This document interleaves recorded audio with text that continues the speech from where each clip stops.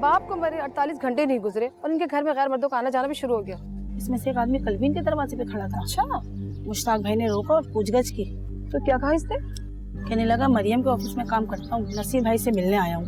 मुश्ताक भाई ने कहा नसीम भाई तो सुबह ही गुजर गए। फिर क्या, चला गया वो। घर के अंदर नहीं गया? नहीं, बाहर से ही वापस चला गया। तुम मानो या ना मानो, मुझे तो यकीन ही मरियम कुछ तो गलत काम करती है। अब देखो ना, उस रात टूटी फूटी हालत में आधी रात को घर लौटना, फिर अचानक से नसीर भाई का इंतकाल हो जाना, और फिर उस दिन सारिश भी बता रही थी कि उसने फोन पे बातें सुनी थी, और फिर घाट घाट के लोगों का घर में आना। तुम्हें क्या लगता है? हम क्या कह सकते हैं, अल्लाह ही हिदायत दे ऐसे लोगों को। जो कुछ हमने उसके साथ किया वो भी तो ठीक नहीं था।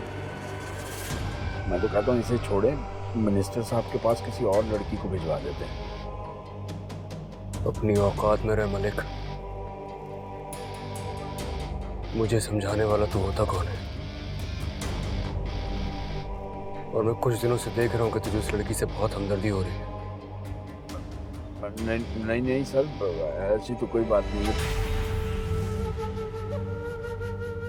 गलती हो गई सर। आइंदा ऐसी गलती नहीं होनी चाहिए। जी सर।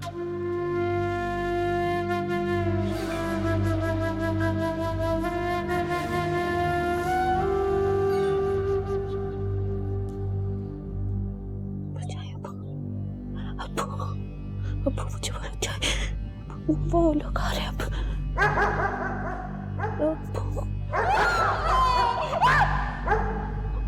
बचा रहे।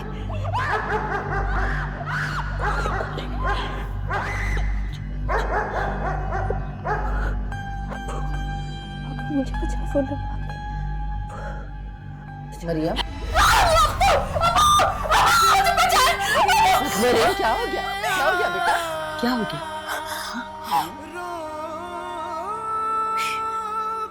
क्या हुआ बेटा? अभी मेरे पास कोई नहीं है यहाँ, कोई भी नहीं है।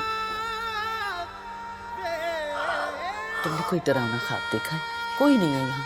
देखा था अम्मी, वो नहीं बेटा, यहाँ कोई भी नहीं है। मैं हूं ना तुम्हारे पास, मत डरो। क्या हो रहा है मेरे साथ? तुम सो जाओ आराम से। मेरे साथ है ना, मैं तुम्हारे पास। सो जाओ मेरी बच्ची, सो जाओ। अम्मी, सो जाओ अम्मी मेरे पास है ना। तुम्हारे पास।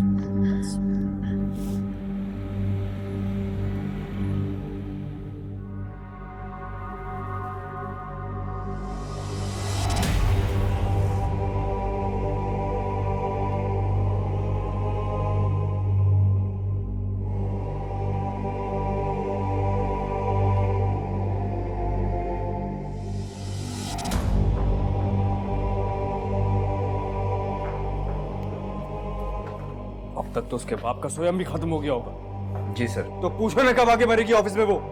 मैं पता करता हूँ सर। 1 मिनट,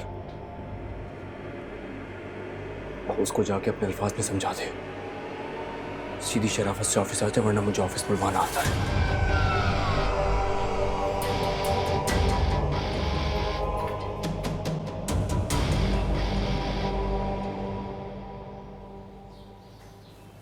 क्या समझा था हमने आलम साहब को, और वो क्या निकले।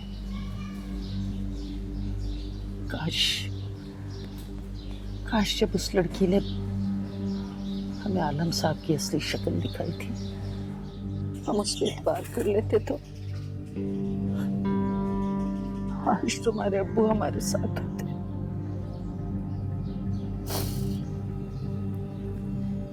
कितना खुश थी मैं उनके ऑपरेशन से। मैं नहीं जानती थी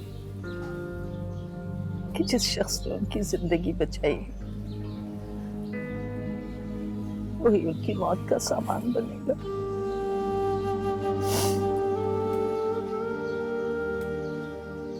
कितनी बड़ी तकलीफ लेके उस दुनिया से चले गए। तुम जानती हो उनकी,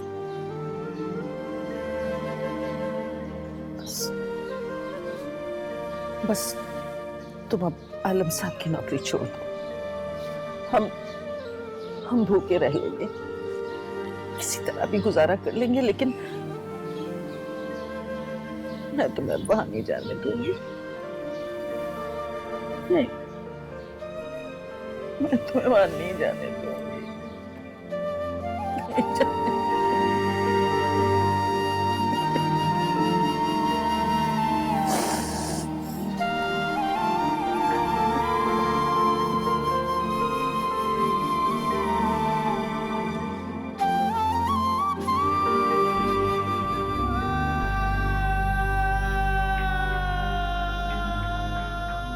आलम सर ने मरियम को ऑफिस बुलाया।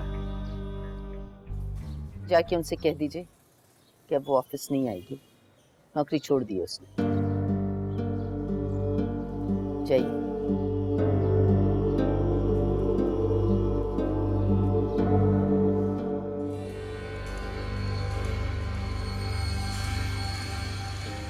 तो वो नौकरी छोड़ना चाहती है? उसकी माँ ने तो यही कहा है मुझसे। चलो तो फिर यूं ही सही।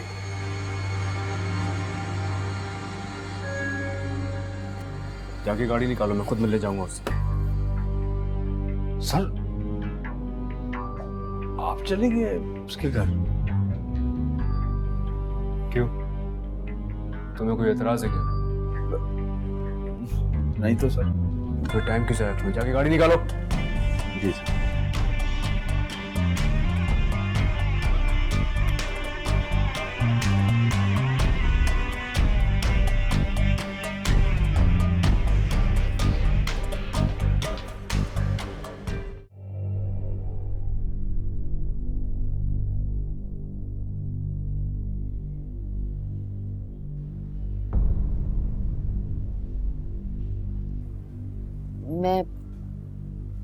मैं मानती हूँ आपके बड़े एहसानात हैं हम पे, लेकिन इन एहसानात का बदला हम चुका नहीं सकते। हम सफेद पोश लोग हैं, हमारे पास इज्जत के सिवा और कुछ नहीं।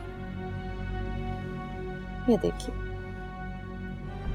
मैं आपके आगे हाथ जोड़ती हूँ, हमारा पीछा छोड़ दें। ये क्या कर रही हैं? मुझे क्यों शर्मिंदा कर रही हैं?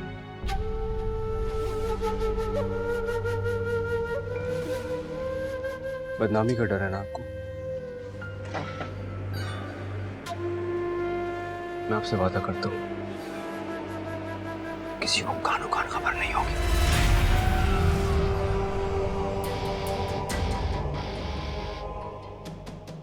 और मेरा साथ देने के एवज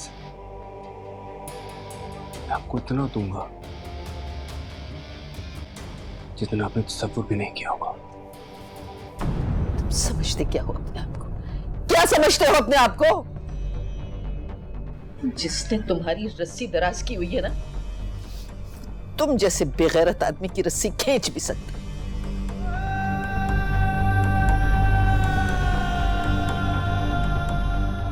ज़बान संभाल कर बात कर बुढ़िया, कोई ऐसा ना हो कि मैं तेरी उम्र का लिहाज भूल जाऊं।